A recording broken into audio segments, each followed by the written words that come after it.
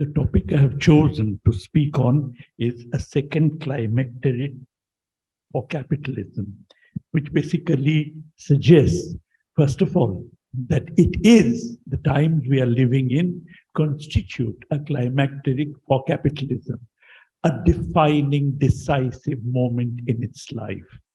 And the second presumption is that the second time in the life of capitalism that this is happening. The first time was, of course, in the interwar period, in the Great Depression. Normally, no book on economics or economic history looks at the Great Depression the way I would be looking at it, namely that the Great Depression of the 1930s arose because of the fact that the colonial markets, which had provided a prop for metropolitan capitalism during the entire period of at least from the first half of the 19th century right until the First World War, that prop was no longer available, partly because of the exhaustion of the colonial markets and partly because of the fact that there was serious encroachment on Britain's Asian colonial markets from a newly industrializing Japan. Now, it is this loss of British colonial markets that dealt a death blow to the gold standard, and that actually meant a collapse of the Victorian and the Edwardian boom. See, the boom had been sustained by the fact that Britain, as the leading capitalist economy of that period, had run systematically a current account deficit vis-a-vis the newly emerging countries of that period, which basically meant United States, Canada, and so on, the temperate regions of European settlement towards which capitalism was getting diffused. Britain managed to run this current account deficit vis-a-vis these countries taken as a whole, and at the same time make substantial exports to these countries, the very countries with which it actually had a current account deficit, because of the fact that actually it took away a substantial amount of resources from its colonies in the form of deindustrializing the colonies, which basically meant that British goods were sold in the colonies at the expense of local crafts production, and secondly, through what has been called, at least in the Indian nationalist literature, as a process of drain, which means an unrequited surplus, which was taken away by Britain as a metropolitan power. The combination of drain and deindustrializing exports was something to the colonies, was something which substantially financed this entire arrangement that underlay the gold standard, and the collapse of this arrangement because of the fact that the colonial markets were getting saturated.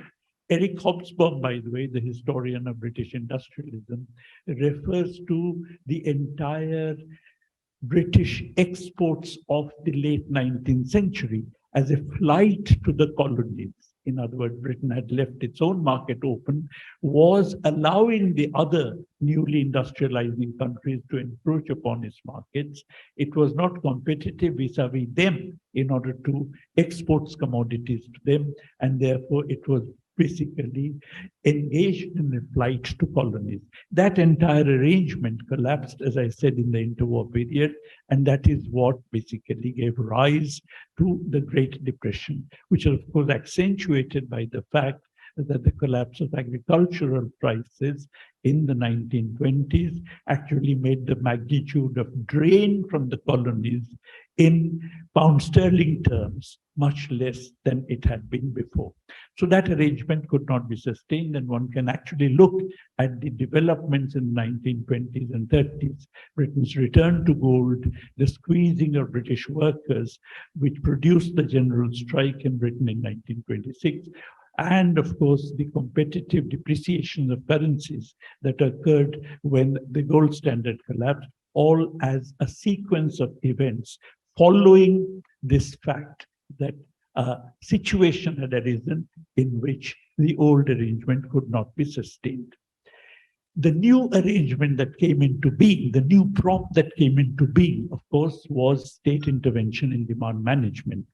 Joseph Schumpeter argues that Keynes had actually been aware of this fact, of this new prop in his economic consequences of the peace already, except that the theoretical development of this argument had to wait for the development of the general theory in 1936. But the idea that actually the old capitalism could not go on, and you had to have a new system that would overcome the mass unemployment of that period in order to stabilize capitalism itself, is something which apparently he had already anticipated in his book, Economic Consequences of the Peace, which made him really a world-renowned figure.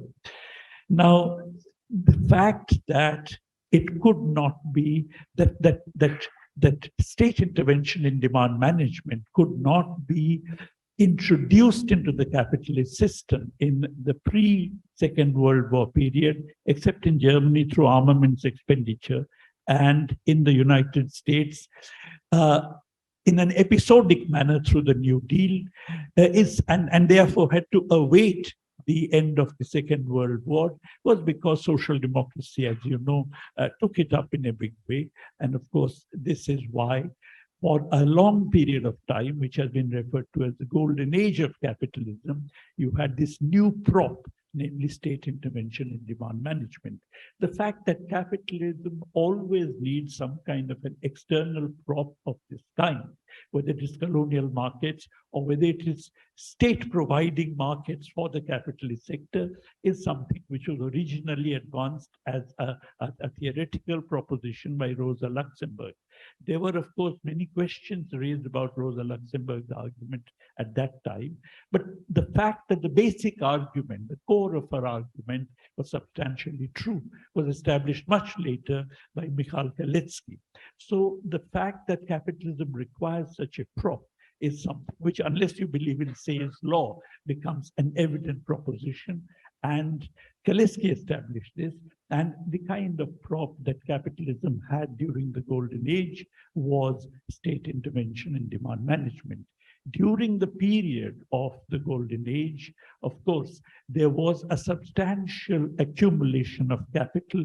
Jyoti, can you tell me 5 minutes before it is 20 minutes? Okay, I don't want to overrun. So before that, during the period during which the Keynesian demand management was in force, you actually had substantial accumulation of finance capital occurring in the metropolitan banks and so on, which was fed at least from several different sources. One, of course, was the oil price hike, which actually put enormous amounts of finance in metropolitan financial institutions.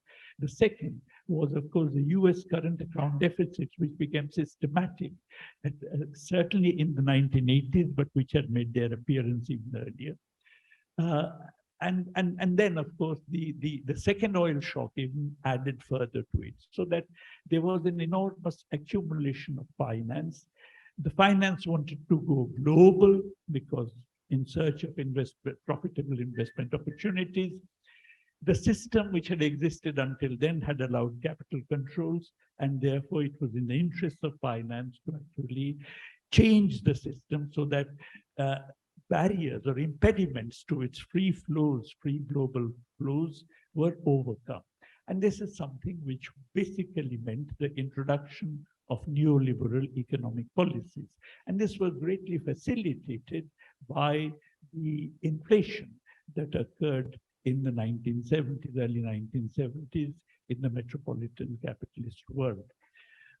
Therefore, to control inflation, you had to have fiscal austerity. Keynesian demand management could not be revived. And that basically meant that it fed into a situation where finance, in any case, was always opposed to state intervention, in direct state intervention to generate employment. As a matter of fact, Keynes had suggested in the 1920s, late 1920s, when British unemployment was already quite large, that the state should finance public works, but it was shot down by the City of London. Finance has always been opposed to direct state investment, not or to direct state intervention for generating employment. Therefore, the ascendancy of globalized finance meant, on the one hand, the end of third world dirigism, which, of course, post-colonial states that had come into being after independence had all more or less engaged in. And what is more, it also meant the end of Keynesian demand management. Therefore, the two basic props, external props that capitalism could call upon were props that were no longer available to it with the introduction of neoliberalism. But then the question would arise, why didn't neoliberalism then give rise to stagnation? In a sense, it is true that the growth rate of capitalism slowed down considerably in the period after the mid-1970s, but nonetheless, unemployment was low, manageable, and so on. And that's because of the fact that in the neoliberal period, there was, if you like, a pseudo prop which the system acquired. And the pseudo prop was the formation of asset price bubbles, the dot-com bubble in the United States, followed by the housing bubble. As a matter of fact, in a discussion, Dennis Robertson had suggested that, if you find that there's a collapse in the level of activity in a capitalist economy, that collapse generates unemployment and so on. So we should prevent these collapses. And how do we prevent collapses? We prevent collapses by actually preventing the boom itself from becoming too pronounced. Therefore, he had suggested raising interest rates at the very beginning of a boom. Keynes had criticized him, saying that this is actually to doom the economy to a permanent state of quasi-stagnation. And as a matter of fact, you found that Keynes' suggestion, on the other hand, was, as the boom was beginning to collapse, you should lower the interest rate to keep the boom going. Now, this is something which, as a matter of fact, in the United States, actually happened, because when the dot-com bubble collapsed, there was a lowering of the interest rates, which actually is what gave rise to the housing bubble. The person who was the chairman of the Fed at that time was criticized much for this reason. But on the other hand, had he not done so, you would have had the crisis coming much earlier. Anyhow, now, after the collapse of the housing bubble, the world capitalist economy is now in a state of prolonged quasi-stagnation. The rate of growth of the output is much lower in the decade prior to the pandemic. The pandemic doesn't directly affect this argument, than it was in any comparable decade since the Second World War. Therefore, there has been a substantial slowing down of the world economy, and the slowing down would actually become more and more pronounced for at least two reasons. One is that with whatever rise in labor productivity occurs, given the fact that unemployment in the world, even in the heyday of neoliberalism, was growing, and certainly growing now even more, the reserve army of labor as a relative proportion of the total workforce is increasing. Now, if so, then you find that wages don't rise, or the vector of wages doesn't rise, even as labor productivity rises, because of which there's a rise in the share of surplus, which actually gives rise to a tendency to overproduction. Because the shift from wages to surplus implies since the marginal propensity to consume a unit of wage income is much higher than a unit of surplus income. Secondly, the neoliberal way of coping with the crisis is to give concessions to the capitalists. But that is something which actually worsens the situation, because of the fact that capitalists don't invest just because they're given more money. They pocket the money, they invest only if the market is growing. So in a stagnant economy, capitalist investment just does not take off. That being the case, the crisis is going to become worse. Now, if so, then it seems to me that within neoliberalism, there's no way of overcoming the crisis, because interest rates have been maintained virtually at zero for a very long period of time without giving rise to significant increase in the level of activity. On the other hand, fiscal intervention by the government would be effective only if larger government expenditure is financed either by a fiscal deficit, in which case, as you know, the value of the balanced budget, the value of the multiplier is the Keynesian multiplier because you're not taxing anybody, or alternatively, if it is financed by taxing the rich, the capitalists who save a part of their income, because then the value of the balanced budget multiplier is positive.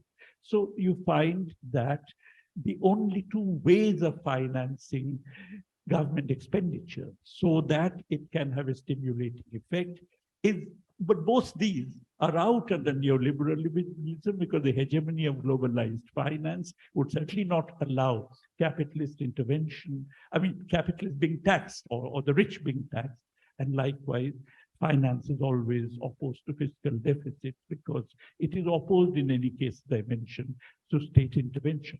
Therefore, given the fact that the situation is going to continue to be like this or even become worse over time, that's why I say capitalism is in the midst of a second climacteric.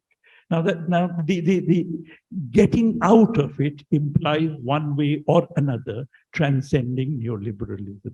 And this transcendence would require a political reconfiguration which would have its own dynamic. The only three possible ways of political reconfiguration, one is that if individual countries withdraw or delink themselves from the process of globalization, in which case the state that does this and reintroduces dirigism would have to be a state that enjoys the support of the workers and peasants, in which case the political dynamic of that process may well go beyond simply transcending neoliberalism. It may be far more radical. The second is the fact that you may have a set of advanced countries that may get together to introduce a coordinated fiscal stimulus, but this, if it is not accompanied by a similar overcoming of neoliberalism in the third world primary commodity producers, would give rise to a reinforcement of imperialism. One part of the world would be developing while the other would actually, for the sake of controlling inflation, be experiencing income deflation, therefore absolute impoverishment. The third is when you have a coordinated fiscal stimulus in the north combined with significant revival of dirigism in the south. Now, these would then require different kinds of political alignments. To prevent any of these political alignments, I believe neoliberalism has now entered into an alliance with neo-fascism. In a lot of third world countries, you have a neoliberal, neo-fascist alliance. In India, it takes the form of a corporate Hindutva alliance, but it's a global phenomenon. And the idea, therefore, is that we are in the midst of a serious second climacteric. Which way it develops depends on the kind of praxis that we adopt. Thank you.